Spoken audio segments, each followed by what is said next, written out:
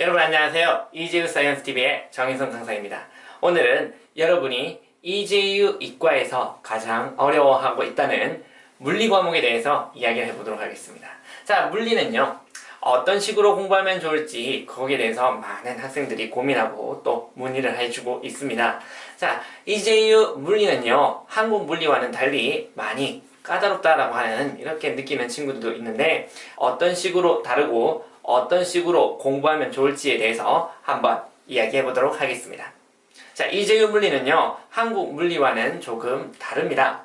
일단 한국에서는 물리 1, 물리 2 파트로 나누고, 그리고 일상생활에서 많이 접하는 그런 내용들이 포함이 되어 있고, 최신 기술이라든지 아니면 여러 가지 현상들에 대해서 사실과 법칙에 근거해서 이것이 맞느냐 틀리느냐, 자, 기역, 니은, 디귿에서 맞는 문장을 골라라와 하는 것 같이 여러 가지로 사실 확인에 대한 문제가 많습니다.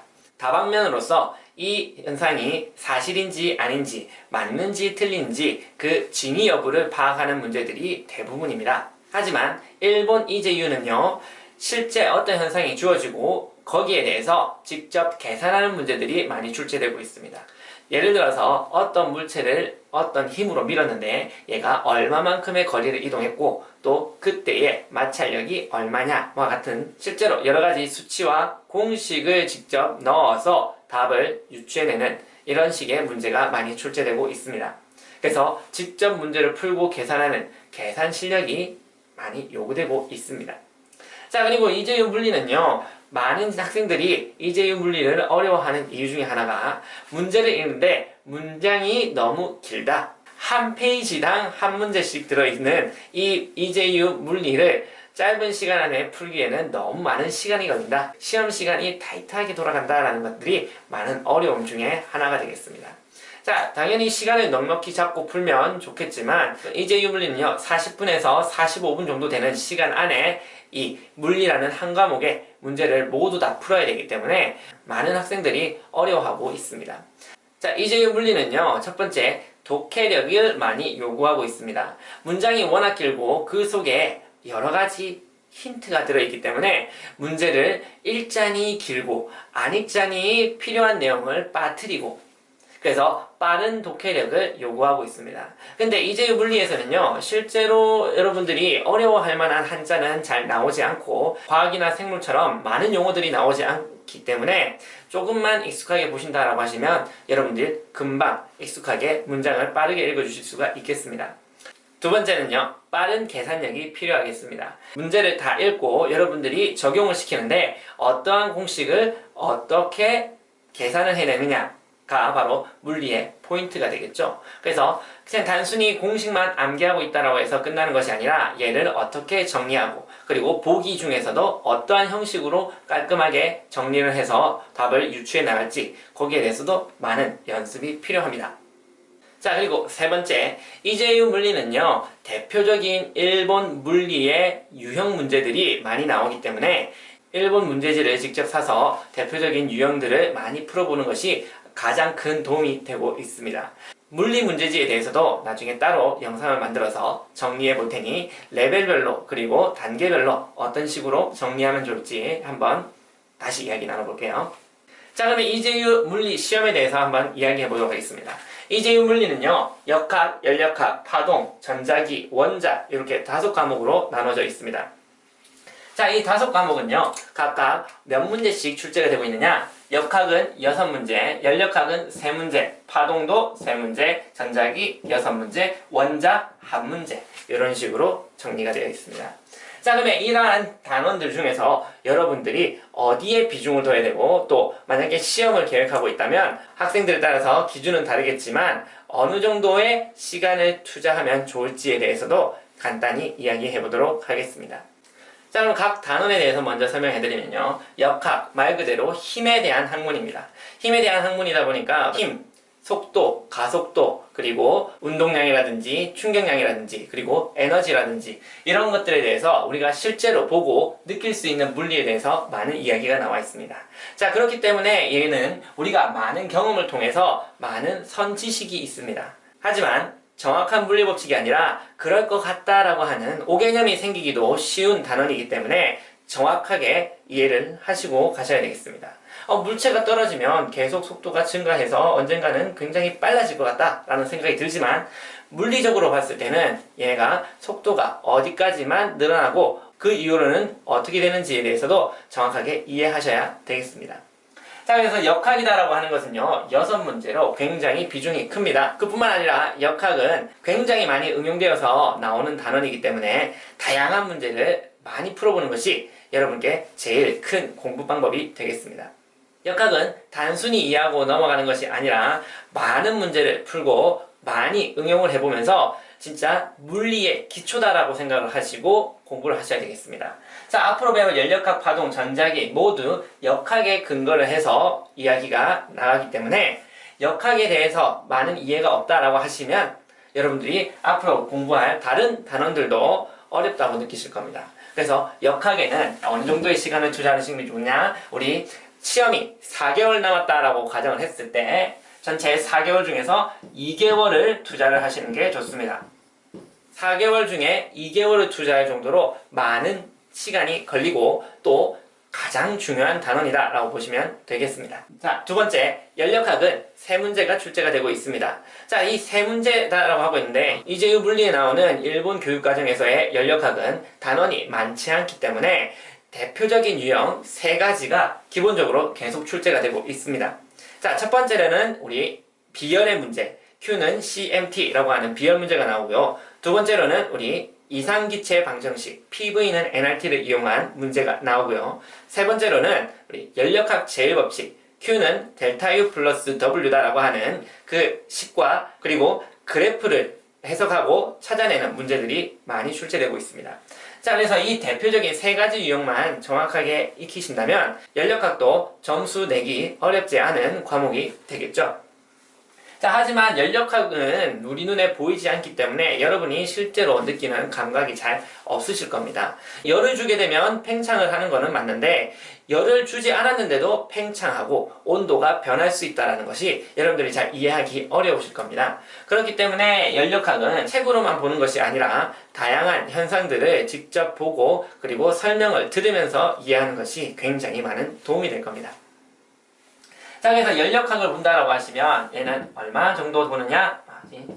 2분의 1개월, 절반 정도만 투자하셔도 충분하다라고 볼 수가 있겠습니다.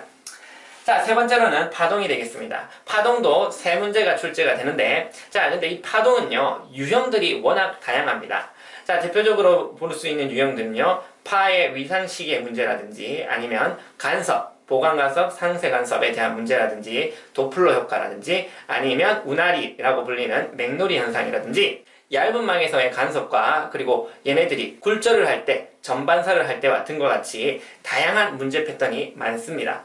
하지만 파동 역시도 어렵지 않게 풀 수 있는 이유는요, 파동 내용 자체가 워낙 좀 까다롭기 때문에 많은 학생들이 이해를 못하고 넘어가는 경우가 많습니다. 자, 그래서 이제유에서는요, 공식만 알고 이 공식을 어떻게 적용하고 정확하게 이해만 하고 있다면 여러분들이 문제에 공식만 대입을 해도 풀 수 있는 문제들이 많이 나옵니다. 그래서 이러한 유형들의 패턴만 조금 익히시고 공식과 그 공식을 어떻게 쓰는지 정확하게 알고만 계신다면 여러분들 파동 역시도 어렵지 않을 겁니다. 자, 내용을 이해하는 것은 까다롭지만 조금만 이해하고 문제를 풀다 보면 비슷한 패턴들이 반복되고 있다. 그 중에서 3문제가 출제가 된다라고 보시면 되니까 이 파동 문제도 어렵지 않게 클리어할 수 있겠습니다. 그래서 투자하는 시간은요, 전체 4개월 중에 역시 절반 정도만, 이게 2분의 1개월 정도만 투자하시면 된다 이 말입니다. 자, 네 번째, 전자기는요. 전자기는 6문제가 출제가 됩니다. 역학과 마찬가지로 많은 비중을 차지하고 있는 단원 중에 하나이죠. 근데 전자기 역시도 여러분들이 실감을 하지 못하는 그러한 학문이기 때문에 머릿속으로 많은 상상을 하고 이해를 하려고 노력하셔야 됩니다. 그래서 전자기는 절대 독학은 추천하지 않고요. 먼저 이해한 선생님이나 선배들로부터 내용 이해를 들으시면서 그런 식으로 문제를 풀어나가는 것이 더 효율적인 공부 방법이라고 하겠습니다. 자, 6문제가 출제가 되지만 이 역시도 대표적인 패턴이 있고 공식만 알고 어떻게 쓰는지 접근한다고 하시면 그렇게 심각하게 응용되어서 나오는 문제들은 거의 없습니다. 그러니까 6문제 역시도 잘 볼 수가 있겠습니다. 다섯 번째, 원자 파트는요. 자, 원자 파트는 여러분들이 많이 생소하게 느낄 수도 있습니다. 1900년대 초반에 많은 물리학자들이 서로 앞다퉈서 경쟁하면서 냈던 많은 이론들이 노벨상을 받으면서 굉장히 유명해졌던 때가 있었습니다.